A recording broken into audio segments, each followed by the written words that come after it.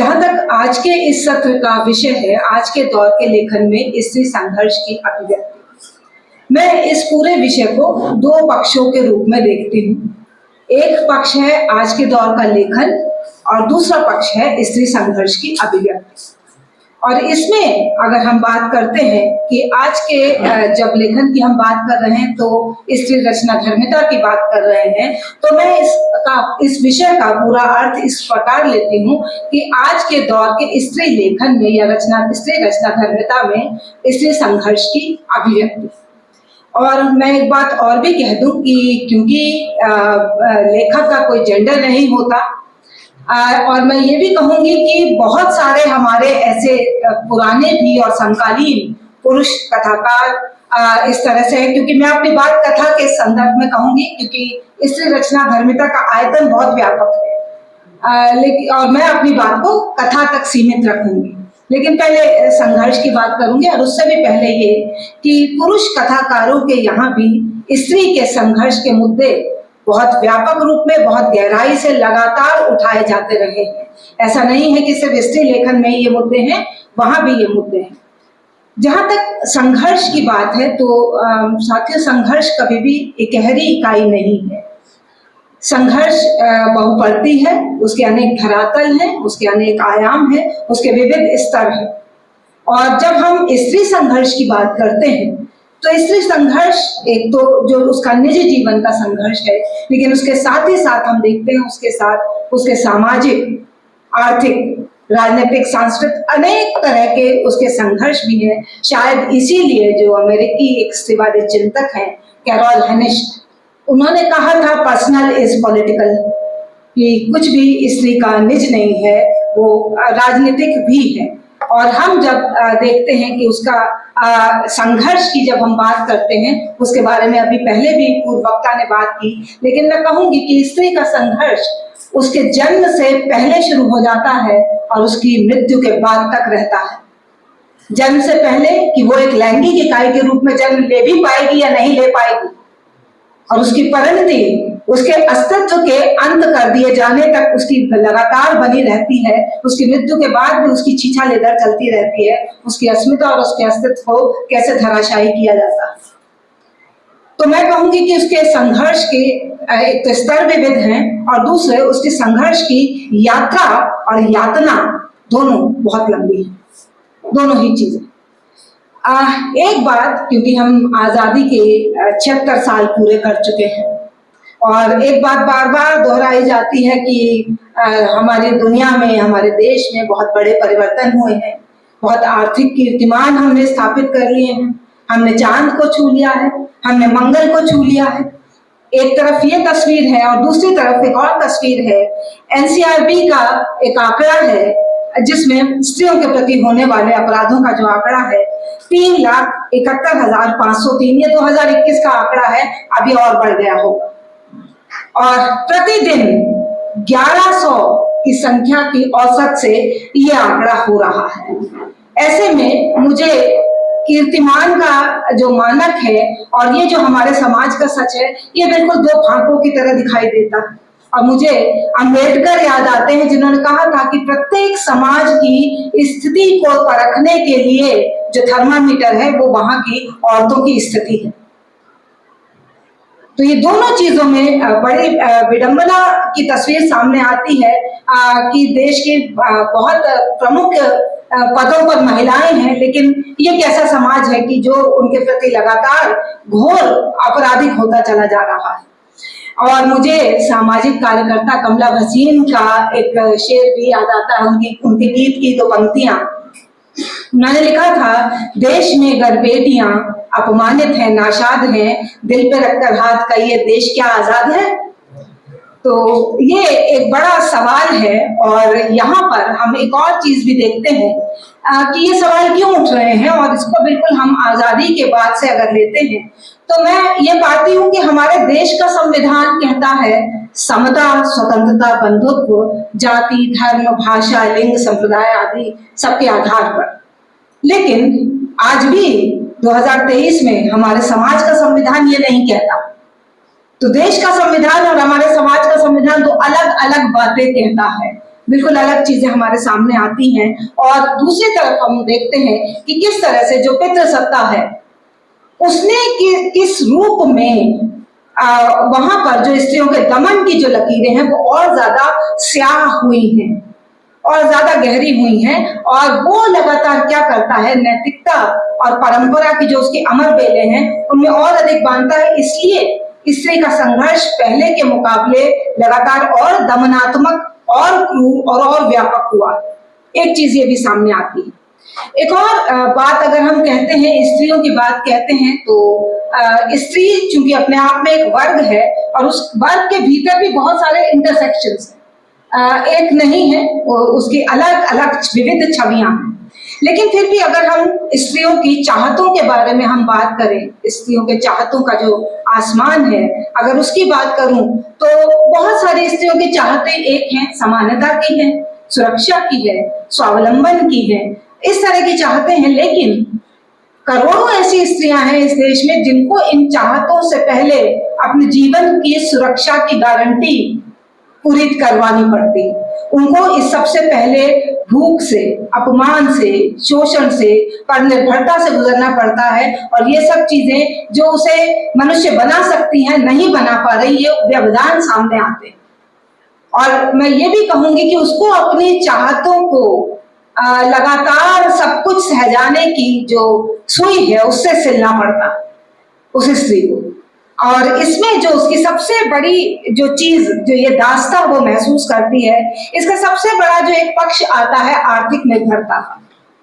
और वो चाहती है आर्थिक रूप से निर्भर हो पाए। लेकिन साथियों मैं ये भी कहूंगी कि हम आज के समाज में भी देखते हैं जो आर्थिक आधार पर समृद्ध स्त्रियां हैं वो भी लगातार आत्महत्या की ओर धकेली चली जा रही। ये सच छुपा हुआ नहीं। और एक आपको लग रहा होगा मैं बड़ी निराशाजनक तस्वीर पेश कर रही हूँ समाज की, लेकिन ये सच्चाई है। और हमें लगातार एक स्वप्न जो है स्त्री के जीवन में कि उसे लगातार संघर्ष करना है, संघर्ष अपनी आइडेंटिटी को लगातार दूसरों से के मुकाबले सही करने के लिए संघर्ष है, लेखन में संघर्ष है, जीवन में संघर्ष है। और अपने कार्यस्थल पर दोगुना संघर्ष कर रही है वो, और अपने सपनों को पूरा करने के लिए चौगुना संघर्ष कर रही है आज भी।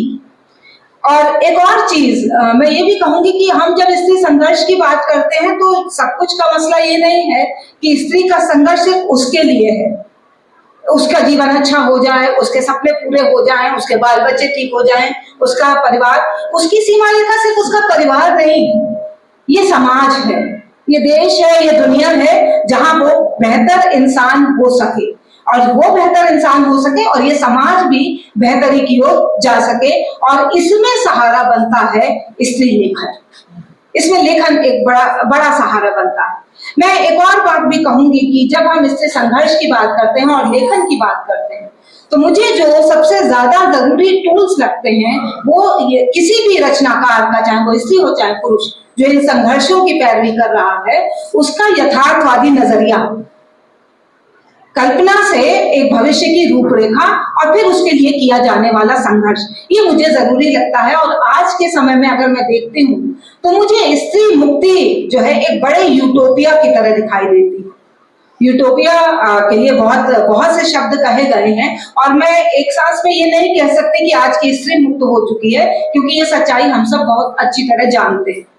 यूटोपिया के लिए कई सारे शब्द हैं और अगर मैं लूं कि कल्पना, मन की उड़ान, विचार, दिवा, स्वप्न, और प्रसिद्ध चिंतक एजाज अहमद ने इसके लिए जो बात कही कि वो दुनिया जो अभी नहीं है लेकिन हमारी रचनात्मक कल्पना से, हमारी रचनात्मक उर्वरता से जो दुनिया आ सकती है, एक वो दुनिया जिसके लिए हम एक उम्मीद बांधते हैं, एक हिम्मत बांधते हैं और अपनी कल्पना के जरिए उसे साकार करने की बात करते हैं। तो ये यूटोपिया की बात है, ये स्वप्न की बात है। और स्त्री के संदर्भ में जब संघर्ष आता है तो संघर्ष किन्हीं सपनों के लिए, जाहिर है संघर्ष यूं ही नहीं है, संघर्ष किन्हीं सपनों के लिए है। इसलिए जब भी हम स्त्री की चाहे लेखन में चाहे जीवन में उसके संघर्ष की बात करते हैं तब हम ये भी बात करते हैं कि संघर्ष और स्वप्न दोनों की इबारतें एक साथ लिखी गई हैं, दोनों में बहुत गहरा जुड़ाव है। स्त्री के लिए किसी सपने को जीना एक बड़े संघर्ष में उतरने जैसा, और एक संघर्ष को जीतना एक सपना ही तो है। दोनों चीजों में बहुत बहुत गहरा जुड़ाव है। मैं अपनी बात को आगे बढ़ाते हुए कुछ कहानियों के हवाले से अपनी बात को और ज्यादा अच्छी तरह से व्यक्त करना चाहूंगी। ये कहानियां आप ये मत समझिएगा ये मेरे सभी कुछ तो हैं, लेकिन सभी बहुत प्रिय लेखक हैं और मैं अपने प्रिय लेखकों का कोई एजेंडा लेकर यहाँ आ गई हूँ, ऐसा नहीं है। ये कहानियां मैं इसलिए उदाहरण स्वरूप आपके सामने लेकर आ रही हूँ ताकि इन कहानियों के हवाले से इससे संघर्ष की जो आईना है वो मैं आपके सामने रखूं, और क्या कोई विकल्प बचता है उस पर भी ध्यान जा सके। और मैंने जैसे पहले ही कहा कि कोई सूची गिनाना मेरा काम नहीं है, क्योंकि सूचियां बहुत व्यक्तिगत होती हैं, वो सूची नहीं गिना रही हूँ। और मैं हिंदी कहानी के पास जब, और आज के दौर की कहानी के पास जब अपना सवाल लेकर जाती हूँ, क्या हिंदी कहानी या समाज ने स्त्री को एक इंसान समझा है, तो हिंदी कहानी मुझे जवाब देती है कि देखो वो कोख है, वो सेवादार है। हाँ, इसकी आवाज थोड़ी कम कर दें। हाँ, वो कोख है, वो सेवादार है, वो वस्तु हो सकती है, लेकिन स्त्री, ये अभी हम सोच कर बताएंगे। इसी तौर पर कि वो मकान को घर तो बना सकती है, लेकिन स्त्री का अपना घर कौन सा होगा? वो पुरुष की निजी संपत्ति तो हो सकती है, लेकिन पुरुष की संपत्ति में से स्त्री की संपत्ति कितने प्रतिशत है, ये सारे प्रश्न अभी अनुत्तरित हैं, और ये सारे प्रश्न बहुत मौजूद हैं। और ये जब सवाल लेकर मैं हिंदी की एक कहानी के पास जाती हूँ, जयश्री राय एक लेखिका है, उनकी एक कहानी है कायांतरण। और इस कहानी को चुनने का मेरा कारण ये है कि ये बिल्कुल देहात की एक कहानी है, और उसमें कहानी जब खुलती है तो ऐसा लगता है जैसे जमींदार की जो बहू है उसकी कहानी है, लेकिन धीरे धीरे हमें पता लगता है कि उसके मातहत काम करने वाली जो फूलमती है, दरअसल ये उसकी कहानी। और फूलमती की कहानी इससे पहले ही शुरू हो गई थी, जब उसका पूरा बचपन विवाह की वेदी पर छीन लिया गया था, जल्दी उसका विवाह कर दिया गया। वो बच्चों के साथ खेलना चाहती है, लेकिन पति उसे पत्नी बनाने पर आमादा। धीरे धीरे परिवार में वो सहयोग करके वो उसके अनुसार अपने अस्तित्व को काट छाट लेती है, और ठीक चल पड़ती है गाड़ी। लेकिन तभी जो जमींदार है उसकी बुरी दृष्टि उस पर पड़ती है, और फिर किस तरह से उसके पति को धोखे से थाने में बुला लिया जाता है, और वहां पर उसके साथ बलात्कार होता है, और पति के साथ इतना ज्यादा जुल्म होता है कि उसकी मृत्यु हो जाती है। और इधर एक दूसरा पक्ष भी है, एक दूसरी इकाई भी है घर में, जो उसकी सास है, जो उसे डायन कहना शुरू कर देती है।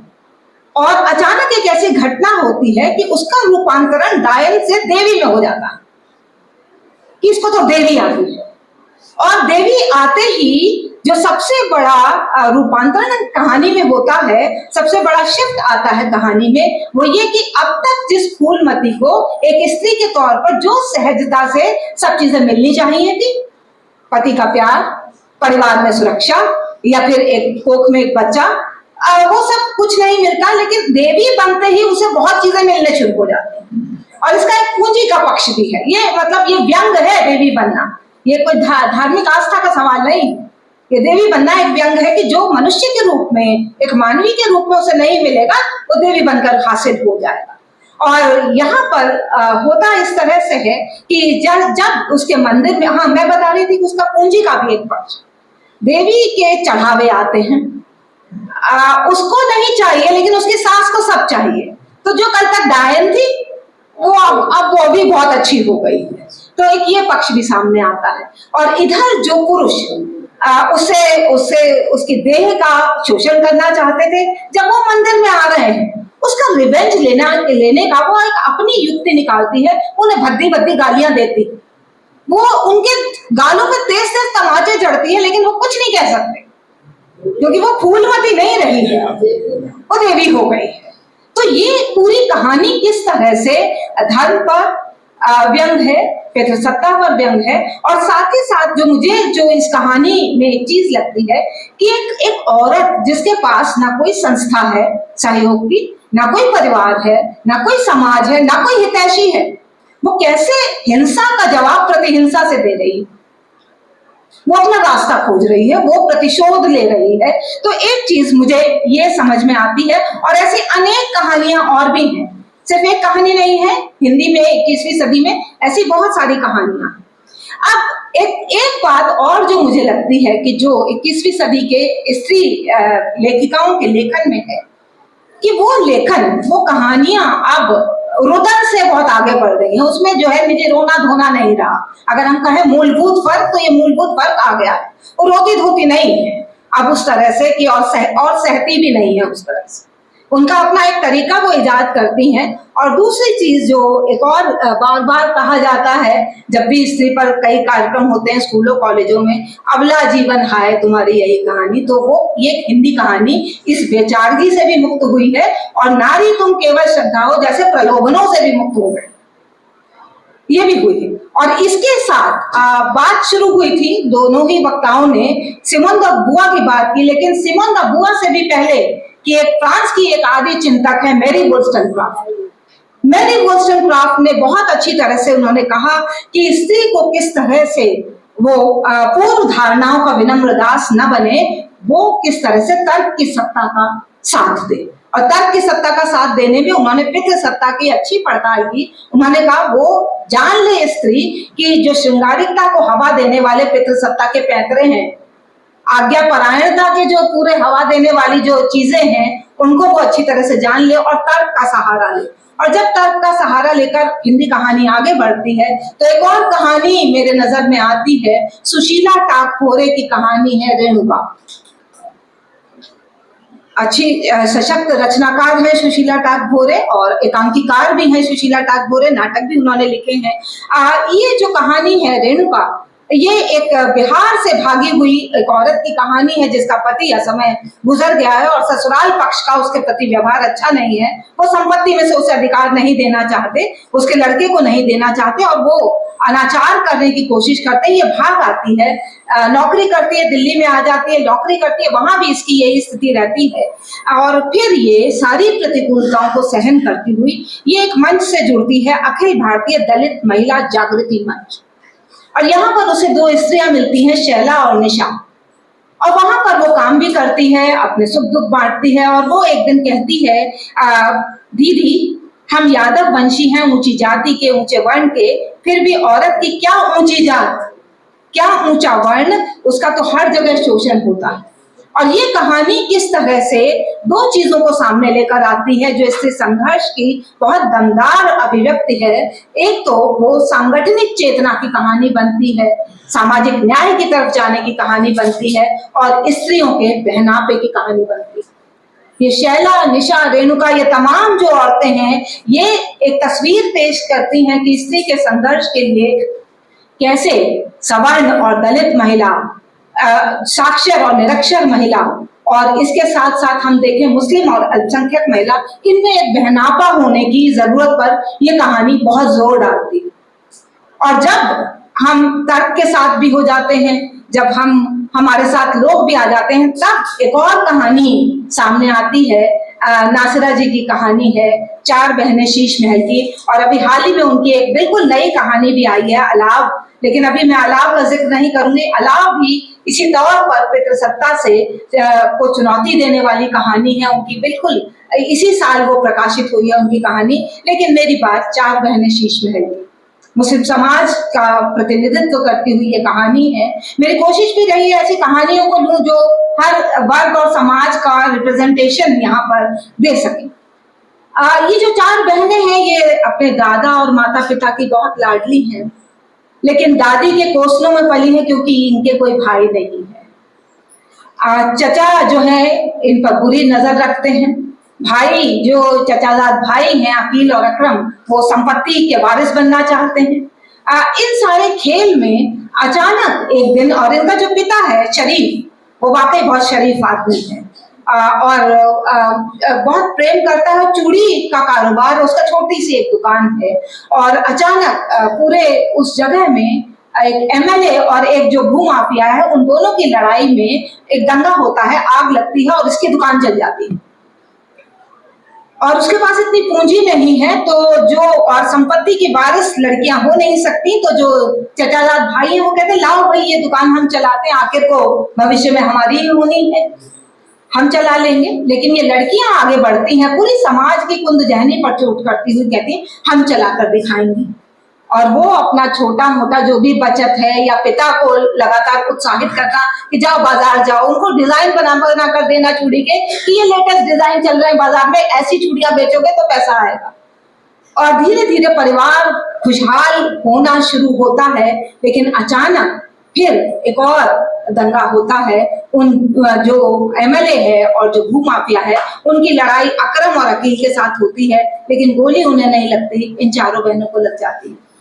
और उनका पिता कहता है कि लड़ाई में मरना तो उन्हें था, मेरी बेटियां क्यों कब मर गई। और ये पूरी जो प्रतीकात्मक स्थिति है कि ये आप देखते हैं कि किस तरह से ये जो चारों बहनों को गोली लगना है बहुत प्रतीकात्मक है। ये गोली उनकी हाजिर जवाबी को लगती है, ये गोली उनकी सांगठनिक चेतना को लगती है, ये गोली उनकी तर्क के साथ जो रूप की शक्ति है दोनों की, ये गोली उसको मारी जा रही, ये गोली कि कहीं वो भविष्य में वारिस का अधिकार न पेश कर दे, ये गोली उसको लगती। इस तरह से ये पूरी कहानी एक स्त्री संघर्ष को लेकर सामने आती है। इसी तौर पर एक और कहानी का मैं जिक्र करूंगी, उससे पहले ये भी बता दूं कि औरत के लिए एक और भी चीज कही जाती है समाज में कि उसके लिए क्या संघर्ष, वो तो बड़ी सुंदर है। ये भी एक चीज है, क्योंकि उसकी सारी योग्यता को उसकी सुंदरता में रिड्यूस करने का पैंतरा भी पितृसत्ता का है।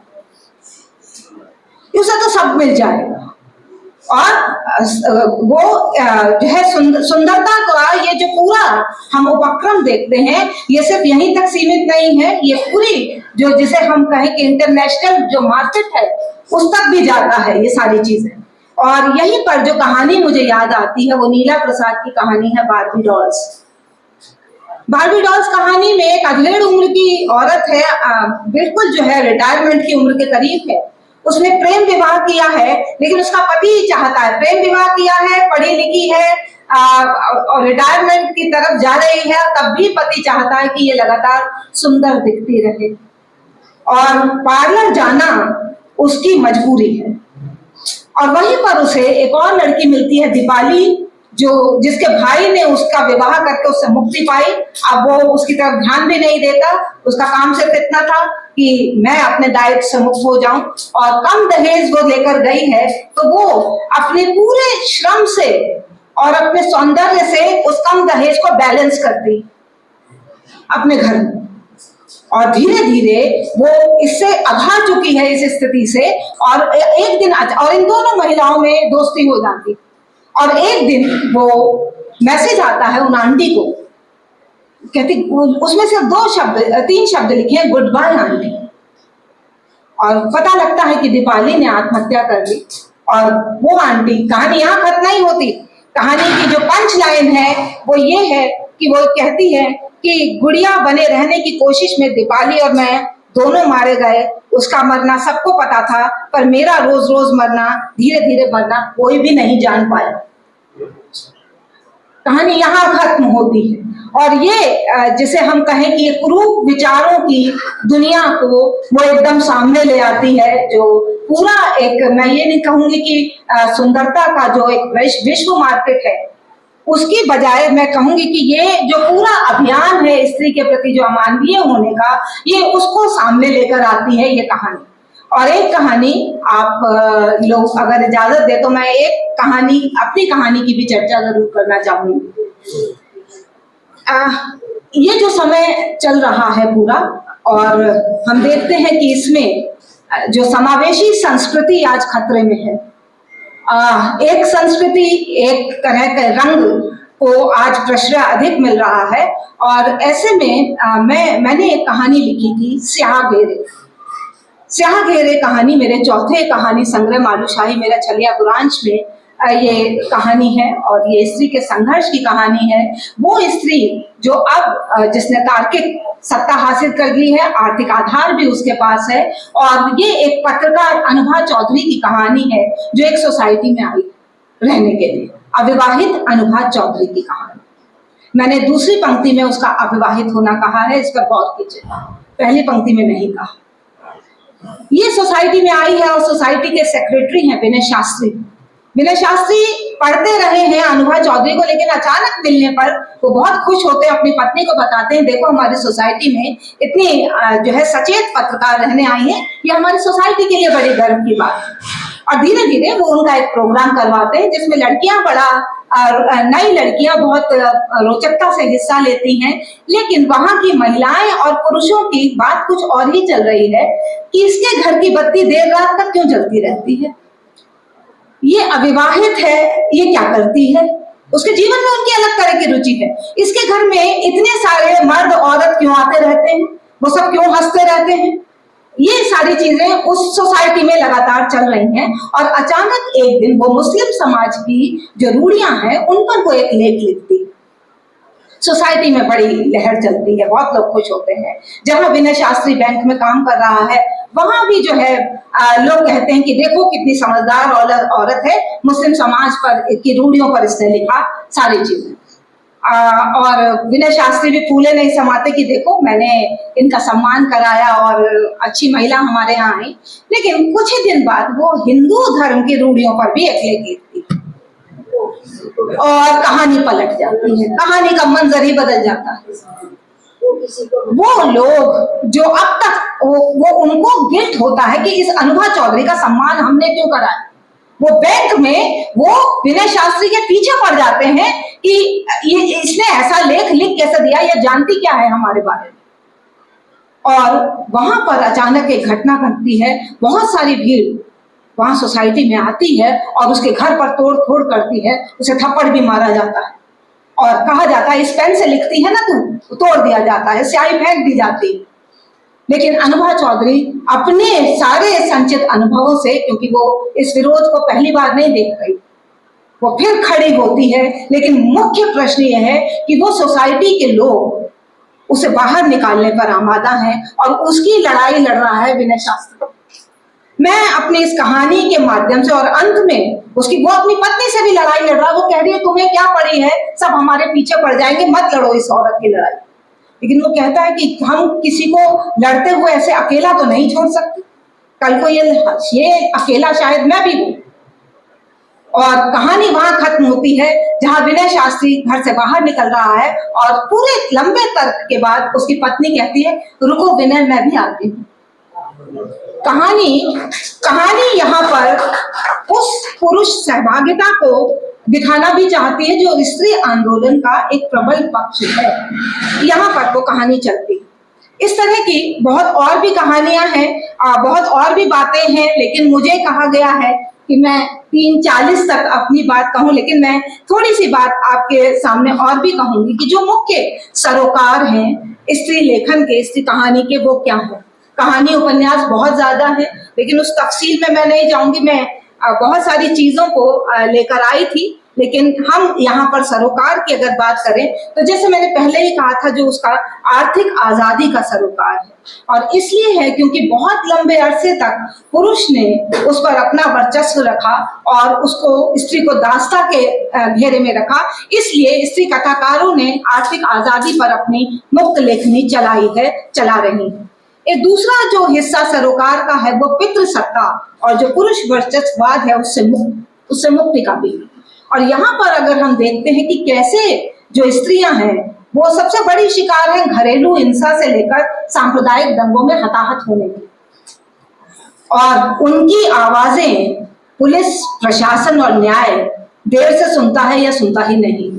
तो ये जो एक और कामकाजी स्थलों पर भी जो मर्दवादी द्वेष है, मर्दवादी द्वेष, वो भी उन्हें कई बार सहना पड़ता है। और ये जो मर्दवादी दृष्टि है ये भी दो तरह से काम करती है। जो सामंती जो दृष्टि है इसकी, वो हमेशा चाहती है पत्नी या स्त्री उसकी अनुगामिनी रहे, और आधुनिकतावादी दृष्टि चाहती है उसका उपभोग करता रहे। ये जो दो पक्ष हमारे सामने आए हैं, तो स्त्री लेखन उस काट छाट के विरोध में जा रहा है जो पितृसत्ता और धर्म सत्ता एक स्त्री की कंडीशनिंग करके उसे बनाती है। जैसे ब्रह्मदत्त जी ने शुरू में भी कहा, औरत पैदा नहीं होती, औरत बनाई जाती। और वैसे तो मैं कहूं कि पुरुष भी पैदा नहीं होता, पुरुष भी बनाया ही जाता। हाँ, सिर्फ औरत नहीं बनाई जाती, पुरुष भी बनाया जाता है। हाँ, और एक और सरोकार ये भी है कि जो स्त्री देह की बात है, यौनिकता की बात, मैं जरूर ये मानती हूँ कि हम पहले लैंगिक विभेद की खाई को भर लें, लेकिन देह का प्रश्न भी जरूरी है। और स्त्री कथाकारों ने ये बिल्कुल साफ कर दिया कि उनकी कोख और देह पर उनका अधिकार है, वो अन्य अधिकार को उन्होंने खारिज करना शुरू कर दिया। इसके साथ एक और सरोकार है जो वो चाहती हैं कि उन्हें चयन की आजादी मिले। वो चयन जो बचपन से ही नहीं मिलता, तुम स्त्री हो, चल तुम होम साइंस ले लो, इकोनॉमिक्स क्या करोगे, मैथ्स क्या कर पाओगे, तो तुम्हारे लिए तो आसान है, म्यूजिक लो, आर्ट्स ले लो, होम साइंस ले लो, ज्यादा अगर काबिलियत है तो जो है जूडो और स्पोर्ट्स में चली जाओ। ये आज भी है, ऐसा नहीं है कि ये आज नहीं है, ये आज भी है। और यहाँ पर स्त्री अपने विषय की आजादी को भी चाहती है, अपने शिक्षा की आजादी को भी चाहती है, साथ ही साथ मैं कहूं कि वो अपने प्रेम की आजादी को भी चाहती है और अपने जीवन साथी को चुनने की आजादी को भी चाहती है। हम दुनिया के एक बड़े लोकतंत्र में हैं और बड़ा लोकतंत्र है, और हम सब यहाँ सभागार में बड़े आजाद ख्यालों से अपनी बातों को रख रहे हैं, सुन रहे हैं, सिर हिला रहे हैं, लेकिन इसके बाहर जो समाज है वो कहीं ना कहीं एक स्त्री से उसके जीवन साथी को ना चुन पाने का अधिकार छीन रहा होगा इस वक्त। और हम देखते हैं कि उस स्त्री को देश का प्रधानमंत्री चुनने का तो अधिकार है, वो चुन सकती है, उसमें इतनी काबिलियत है, लेकिन इतनी काबिलियत नहीं है उसमें कि वो अपना जीवन साथी चुन सके। और जब वो चुनने के लिए आगे आती है तो बहुत सारी खाप पंचायतें उसका सर कलम करने के लिए बैठी, नहीं वो उस तरह से चुन पाती, ये आजादी उसको नहीं। और तो ये एक सरोकार है स्त्री लेखन का। और एक सरोकार जिसकी तरफ मैंने पहले ही इशारा किया, सामाजिक न्याय की दिशा में बढ़ता हुआ जो बहनापा है, जो जिसे हम वैश्विक जो सिस्टरहुड की तर्ज पर हमारे यहाँ पे जो बहनापे की एक चीज रची गई है, वो बहनापा भी कि स्त्रियों के किस तरह से सांगठनिक चेतना का बहनापा। तो ये सारी चीजें जरूर हैं। और मैं अंतिम दो बात जरूर कहूंगी कि स्त्री लेखन के बारे में, कि स्त्री लेखन ने के बारे में कुछ पूर्वाग्रह भी अभी भी हैं।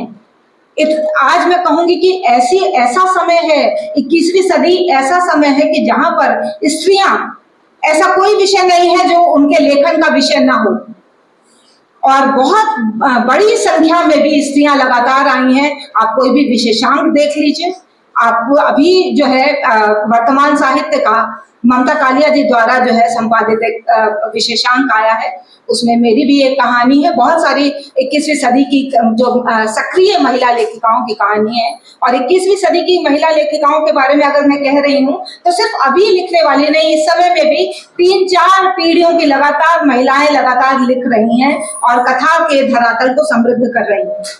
मैं जो बात कहना चाहती हूँ, इतना सब कुछ होने के बावजूद अभी तक भी पूर्वाग्रह उनके बारे में है, उन लेखिकाओं के बारे में ये कहा जाता है कई लोगों के द्वारा कि भाई आप अपने निजी जो राग द्वेष हैं, निजी सुख दुख हैं, उनकी कहानियां बहुत अच्छी लिखती हैं, और राजनीति की कहानी, बाजार की कहानी, अर्थव्यवस्था की कहानी, इसके लिए आपको थोड़ा और अभी मेहनत करनी पड़ेगी। या कोई तो ये स्पष्ट कह देता है, खतरनाक आलोचक वो है जो कहता ही नहीं है,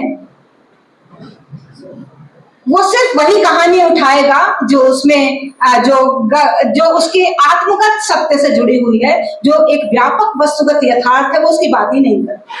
तो ये पूर्वाग्रह आज भी स्त्रियों को, स्त्री संघर्ष का, स्त्री लेखन का तो अपना एक संघर्षों में की अभिव्यक्ति वहां है ही, लेकिन स्त्री लेखिकाओं के जीवन के भी संघर्ष कम नहीं है, ये वहां भी संघर्ष है। तो इस तरह की चीज जो है हमें देखने को मिल रही है। लेकिन मैंने कहा कोई भी विषय ऐसा नहीं है, चाहे वो किसान है, चाहे वो मजदूर है, चाहे वो बाजार है, चाहे वो सांप्रदायिकता है, चाहे वो नोटबंदी है, सभी पर महिला लेखिकाओं ने, कथाकारों ने कहानियां लिखी हैं और बेहतरीन कहानियां लिखी। एक चीज और भी है कि स्त्री कहानीकारों का जो काम है, वो काम जो है यही साहित्य में जो गहरा धसा जो पुरुष वर्चस्ववाद है, उसकी शिनाख्त करना, उसको पहचानना और उसको पहचानवाना, उसको दूसरे को ये कहना कि इसे भी जाने, एक वो भी है, और साथ ही साथ जो स्त्री की एक लंबी अनुपस्थिति और रिक्तियां रही हैं उनको भी सामने लाना उनका काम है। लेकिन साथियों, मैं ये जरूर कहूंगी, ऐसा कह के आप ये कतई न समझे कि मैं एक सत्ता के वर्सेस दूसरी सत्ता को खड़ा कर रही हूँ। स्त्री और पुरुष कोई शत्रु नहीं है एक दूसरे के, और स्त्री मुक्ति का पूरा जो आंदोलन है वो पुरुष मुक्ति का आंदोलन भी नहीं, वो पुरुष वर्चस्ववाद या पुरुष पितृसत्ता की रूढ़ियों के खिलाफ आंदोलन है। उसके खिलाफ ये काम करना है, दोनों की सहयोगी सकारात्मक भूमिका के साथ। और जैसा मैंने पहले ही कहा कि हम किस तरह से देखते आए हैं कि बिल्कुल शुरुआती दौर से ही अगर हम ले लें तो किस तरह की कहानियां जो हैं जिनके केंद्र में स्त्री है, चाहे वो रामचंद्र शुक्ल की ही कहानी क्यों ना हो, या बाद में जो है आप प्रेमचंद की कहानियों को लें, या बाद में जो कथाकार संजीव है, दुनिया की सबसे हसीन औरत, एक आदिवासी औरत की कहानी है, या रमेश उपाध्याय की जो माटी मिली कहानी है उसको ले लें, या फिर अरुण प्रकाश की बेला इक्का लौट रही है, पंकज सुधीर, प्रियदर्शन, मैं कहां तक अवधेश प्रीत, मैं कहां तक नाम गिनाऊं। सभी पुरुष जो लेखक हैं उन्होंने बेहतरीन स्त्री संघर्षों की बेहतरीन कहानियां लिखी हैं। लेकिन बस मैं एक बात जरूर कहना चाहूंगी कि हम ये सब काम करते हुए अपनी साहित्य की जो प्रगतिशील भूमि है, प्रगतिशील मूल्य है, उनको हम ना भूलें, वो सबसे ज्यादा जरूरी है। और स्त्री के लिए, स्त्री लेखन के संघर्ष में जो हम चीज कहते हैं कि स्त्री की अपनी अस्मिता के लिए लड़ाई के साथ साथ मैं जरूरी मानती हूँ कि जातिवाद और सांप्रदायिकता से जो आज के समय में लड़ाई है वो एक बड़ी लड़ाई है, एक बड़ी चुनौती है। स्त्री लेखन में उसके लिए एक ठोस जमीन लगातार बनती रहे, जिससे हमारे आगे की जो दुनिया है, जो हमारा समाज है, वो बेहतर भूमिका में आ सके। ये मुझे लगता है ये कुछ जरूरी चीजें थी जो मैंने आपके साथ साझा की। आप लोगों ने मुझे इतने धैर्य से सुना, उसके लिए बहुत बहुत शुक्रिया। हरियाणा लेखक मंच का बहुत बहुत शुक्रिया जिन्होंने मुझे आज के कार्यक्रम में शिरकत करने के लिए।